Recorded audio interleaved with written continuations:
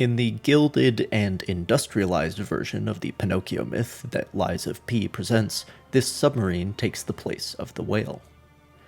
Geppetto is abducted and then taken to this island by means of the Pistris, as it's called, which is a Latin word meaning whale or shark. And then Pinocchio, or Carlo if you prefer, foolhardily follows the same path into the abyss, going so far as to emergency blow the submarine onto the beach so we can have a good look at it. From the occasional Mosin Nagant carbine, the Yataghan bayonet greatsword as I've taken to calling it, and a few of the lore entries, we can conclude that the year is 1890-something, and this submarine design would not be out of place at that date. A decade or two ahead, perhaps, but it is still of riveted construction, and it is stated to be cutting-edge technology anyway.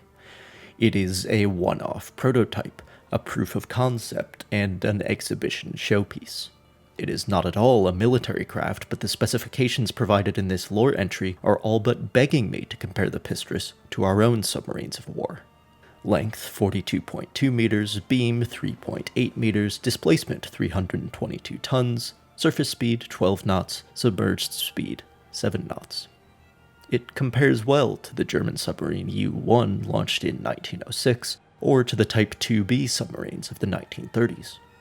Its displacement is a bit higher, but that actually makes sense given the lack of free flood areas. The entire submarine, barring these small external saddle tanks, seems to be made of a single pressure hull, which implies substantial internal ballast tank capacity in order to get all of that air submerged. But regardless, it fits in with the small, early, or coastal submarines. For comparison, even a small blue water sub, like the Type 7, comes in at 67.1 meters long, 6.2 meters beam, and more than double the displacement. Of course, the Pistris does not need to be as big as those military submarines, because it does not waste any space on torpedo tubes. There even seem to be portholes in the bow, leading me to wonder what kind of comparatively luxurious accommodations might be in there. Other than the lack of weaponry and the sleeker lines, however, the Pistris is functionally the same as any U-boat. It has a dual propulsion system. Presumably this Lorenzini engine, magical as it is, only works on the surface. It has a sort of conning tower from which periscopes extend. It even has those external saddle tanks that are so iconic of the Type 7. At the stern there are 2 propeller shafts, and perhaps even a rudder, but the one glaringly obvious omission are the dive planes.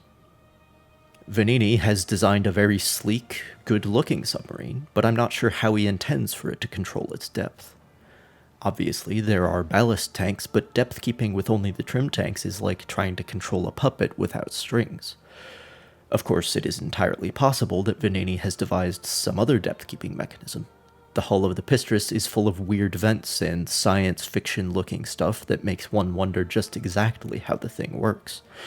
As far as we understand submarines, however, this is a perfectly reasonable and functional design, with the sole exception of that lack of dive planes.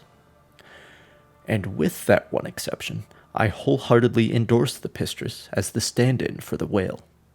That substitution is as surprising as it is fitting.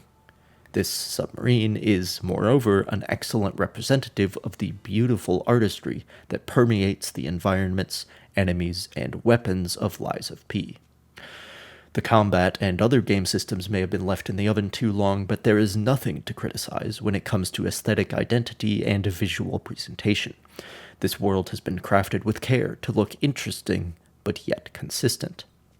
There is no shortage of variety, but everything, including the Pistris, clearly belongs in this strange, automatized alternative end to the 19th century.